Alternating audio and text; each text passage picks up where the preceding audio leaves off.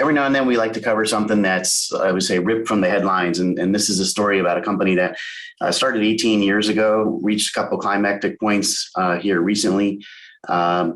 And we'll walk you through this thing. And it's an interesting tale. And having taught auditing for years at the university, I always like to have a good fraud story. And now it's nice to have another newer one, because the one I was using, quite frankly, from the 1980s was a little dated. So this particular story, Theranos, has all the makings of a good movie.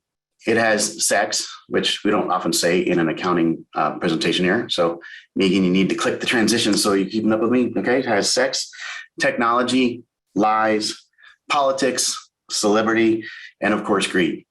And so what we have here is a story of a company that was founded by a young wonder kid, Elizabeth Holmes, and what happened over the lifespan of this company. So we have a good cast for this upcoming movie. We have a founder. Elizabeth was the son, I'm sorry, not the son, she's the daughter. She's the daughter of her dad, who was coincidentally a vice president at Enron. So I'm not sure that you would say this stuff runs in the family, but she does have ties to Enron, certainly one of the larger fraudulent transactions from the early 2000s. Her mom was very tied into the congressional staffing arena. She was a congressional staff committee staffer. Elizabeth knew when she was in high school that she wanted to be an inventor. Apparently, she just pursued that dream. She went off to Stanford eventually, where she started her college career. Somewhere in that timeline between high school and starting college, she did meet Sunny Balwani, which I'll come back to. But in developing her idea, she had an idea that would take a much simpler, faster approach to testing blood samples. And so you'd no longer have to get them from an intravenous, vein type access where they take tubes and tubes of blood. She was able to do it, as she would argue, with just a couple of drops of blood and drop it into this machine. Of course, so we have the founder, Elizabeth, and we have the lover, Sunny Balwani, actually became her COO, president of the company. She first met Sunny, who's 18 years her senior, when she was in high school, and he was studying up at Berkeley. And his studies were mostly around computer science and some engineering and things like that. But when they started the company, Sunny gave up his studies in college at age 37. He gave up his studies and he joined the company. And those two had an affair that lasted over a decade, which was never disclosed to the investors. Most of the people in the company didn't know. There were lots of suggestions, perhaps, that something was going on because they left the company the same time, arrived at the company the same time in the morning. They often took investor trips, et cetera, together. So the technology was, that little picture of a box there was called the Edison. She named her product after Thomas Edison, the famous inventor, light bulbs, et cetera, and was using that as an idea of the 10,000 tries, and you get it right on the 10,001st attempt. Over time, 10 years of time, the Edison never quite worked. And an employee, the whistleblower, Tyler Schultz, who was working in the lab, he was actually a family friend of Elizabeth Holmes, who was a friend of his grandfather, George Schultz. He went to work for her. He was so excited about this opportunity that he asked during a family meeting if he couldn't intern at Theranos and see this thing get developed. So when you look at George was one of several government contact type folks that was involved with Theranos, and George was invited to be on the board, and he was very much a supporter of Elizabeth. He was able to get her into meetings around the country with different folks. And if you drop down to the bottom of that side, you'll see there are other government notables that are involved in the company as well, including Henry Kissinger, Senator Sam Nunn, and General Jim Mattis, all of whom were serving on her board. So we'll have a little bit of background on that story when you get to the end, but her board was the who's who, mostly of government officials. So the investors she went after were, really smart people, a lot of famous people that put lots of money into this company. And they included folks like Rupert Murdoch, pretty well-known media mogul investor, Betsy DeVos. We recognize her as the recent Secretary of Education, but also she's from the DeVos family, which is one of the two families that started Amway many years ago. The Walton family that started Walmart made some investments.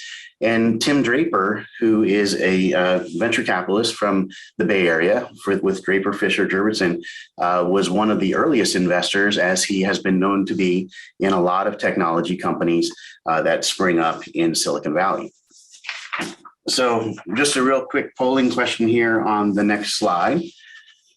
Did anybody hark back into history and recognize which president for whom George Shultz served as Secretary of State? Drum roll, please. There you go. And I looked down and I missed it, but I know the answer is Ronald Reagan was for whom he served.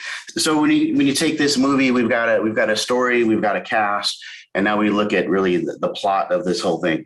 So Elizabeth was just 19 when she founded this company back in 2003. She was noted to be very charismatic. She could recruit people to her story. She had a high-profile batch of supporters and investors, as I noted, and an apparent cult-like following by her employees based on a couple other things I'll share with you. Sunny Balwani joined her in the company's effort, but Sunny had, as the COO president, he had no training in anything bioscience or medical. In fact, he often was noted as misusing technical terms. And there's a story out there that he didn't understand what they were doing. And he would say things like, and I'll have to read this little quote for you here, but the invention, the Edison blood testing device, is going to be way up there with the discovery of antibiotics. He once misheard, so antibiotics and the medical device don't seem to really jive together, but he misheard the word end effector, which was a claw device at the end of the Edison machine, and he heard it as endofactor. So not end effector, he heard endofactor, which is a nonsense word that he kept repeating throughout presentations. And the people around him had built a joke around this. They actually stuck the word endofactor into some PowerPoint presentations, and he didn't even notice that was going on to be wrong. So as I mentioned, the two of them, Sunny and Elizabeth, were involved in a relationship for some 10 years while they went about raising dollar after dollar, in fact, hundreds of thousands, millions of dollars to affect this story. Now, Elizabeth has a very strong storytelling aspect to her. So she would tell people why this machine was going to be so important. It would change your lives. You'd be able to not only get a blood test once a year when you went to the doctor, because it was such a small thing, you could actually get a blood test daily if you wanted. And her dream was an Edison machine on everybody's kitchen counter, if you will, that people could actually build their own history of their medical ailments as they went. And rather than be surprised because they've got an advanced stage of cancer, they might actually find a way to early detect it. So a very strong story built into this led her to raise more than $700 million from venture capitals and private investors. And at one point in 2013, 2014, it did have a market valuation as a private company of $10 billion. So she owned more than 50% of the company. So on paper, she had a pretty nice built up wealth in there. But all was not perfect. The machine didn't work. It is the end of the story. The machine didn't work. They built up a process with Walgreens on a growing contract to set up Theranos testing centers inside Walgreens stores, starting in Arizona, where they were able to change a law in Arizona to allow patients to request their own blood test. And that's different because most times if you get a blood test, it's something that your doctor orders, not something you could just order up for yourself. And the testing changed over time to where they were not seemingly taking the little samples anymore. They went back to intravenous samples, and Walgreens began to wonder why these samples were getting larger. It wasn't what they had promised. And lo and behold, they started double checking some of these samples against traditional lab testing, such as those at LabCorp and Quest Diagnostics and others, and they found the results to be very, very different. Enter Tyler Schultz again as a whistleblower. He approached Elizabeth on a couple of occasions and said, this doesn't really seem to be working. And one thing he noted in an interview was that he saw it fail every day. He saw the machine get stuck. It was messy. It didn't work.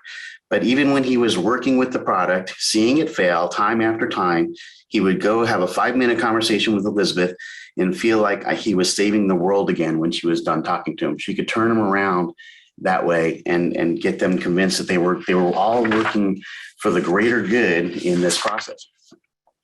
So Fortune had done a nice article on this up and coming rising star of Silicon Valley, and the whistleblowing action came about. Wall Street's Journal started doing an investigation. More of the medical research started invalidating the claims they were making. And by 2015, just a short time after they hit their high point of value, the company declined like a rock and faced a number of lawsuits and ultimately was dissolved in 2018. So the lawsuits that came about, a couple of them just came to conclusion here recently. If you go to the next slide, Megan. Elizabeth was found guilty just on January 3rd, just a couple of weeks ago. 4 counts of fraud, 3 for wire fraud, 1 for conspiracy to commit fraud. To be fair, there actually were 11 charges. She was found not guilty on 4, and there were no verdicts on 3 others. And so at this juncture, she's currently awaiting sentencing. Sunny Balwani, her president, COO, former relationship partner, was supposed to have a trial that started coincidentally January 11th, just a week after her trial ended, but that has now been rescheduled twice out till March. So we have to stay tuned and see what kind of result happens there. But the expectation, of course, with Holmes having been found guilty, that probably makes his story a little bit harder to reach a different verdict, if I'm going to predict here. So we get to the story, and then we get to the epilogue. So what do we get out of this case? It's really easy to look at things on Monday morning and see these things in the rearview mirror and say, how did anybody fall for that? But when you look at what was going on here, there's a company that built a board that had no experience whatsoever in the bioscience arena. Elizabeth herself didn't have bioscience. She really didn't have any kind of medical training. Sunny Balwani had no medical training. So they really were working from software and engineering. They missed deadline after deadline after deadline in the production process, but they just, told their next story as to why this was happening and raised some more money. They had a number of unhappy business partners in the process. Walgreens is a huge story of what they were doing. Walgreens really invested a lot to make these things work in their stores. Safeway was looking at doing the same thing. And the sad part of this, there were a lot of blood tests that were used on patients, many with mixed results. They did research for GlaxoSmithKline, Pfizer. Of course, they did a number of tests for Walgreens. Ultimately, part of the settlements, they refunded all of the patient charges for the testing at Walgreens. Many of them were erroneous. They just did not measure up to other things. So they fooled, typical fraud story, right? They fooled people. They fooled well-known companies for many, many years. Created a family rift between George and Tyler because George was such a supporter of Elizabeth and her ideas and the company's growth. And he just did not believe Tyler when he told him the story time and time again of what he saw on the ground inside the company. And ultimately, sad note, it took Tyler a couple of years to convince George that he was right. And he was able to do that before George passed away last year. So the commentary that's come out of this, so you see it in a lot of places, is Silicon Valley has a fake it until you make it attitude. It's something that's coming out not only through this story, but through other press things. And of course, we've got the caveat emptor, buyer beware, still alive and well. The interesting note here, she named it the Edison, as I mentioned, after Thomas A. Edison, the inventor of the light bulb. Thomas Edison is actually attributed as being one of the original fake it till you make it inventors. In fact, Menlo Park, California, where he created the light bulb, he was having trouble getting the lights to stay on, literally. He had trouble getting that filament in the middle of the light to survive the charge. It kept burning out. He kept telling the story to people that it was working. He kept raising money. In fact, as the story goes, he was almost out of money when he finally got the light to stay on and prove that it worked. So it's gone on for years in terms of how people go tell their story. And maybe sometimes they've got a goal out there and there's the hope they're going to get there, but it's the storytelling that gets there. And so in the words of another famous philosopher, Homer Simpson, it takes one to lie and one to listen. And what we can look at this is say Elizabeth certainly had a lot of listeners. So I teed this up as kind of it would make a great movie, and a couple of chat comments have already commented. In fact, yes, it is a great movie. There's a documentary on this story that is available on HBO. I actually watched it last night to catch up on all the little tidbits here. Really well done. I will tell you, it runs 2 hours. So if you want to sit down and see this story, my wife, who doesn't always get into these things, she enjoyed the movie, but her comment was it was kind of long. So, but not to be undone, there's a full-length feature film coming as a result of this story. Jennifer Lawrence has been cast to play the part of Elizabeth Holmes. So Bad Blood, Secrets and Lies in Silicon Valley is actually being produced as an Apple original film. And it's very ironic to conclude on this point because Elizabeth so much wanted to be like Steve Jobs. He was her hero. In fact, she dressed like him. She had a closet full of black turtleneck sweaters, and that's pretty much what she wore every day. So just a story out there to keep it fresh, and for people to understand that, it's not always what it seems. The investors were wooed by a story. They were wooed by empathy to a cause. Very little financial information was ever shared. Very little actual observation of the equipment was ever allowed. And so as a private company, they were able to keep secrets for a very long time while they tried to make it work.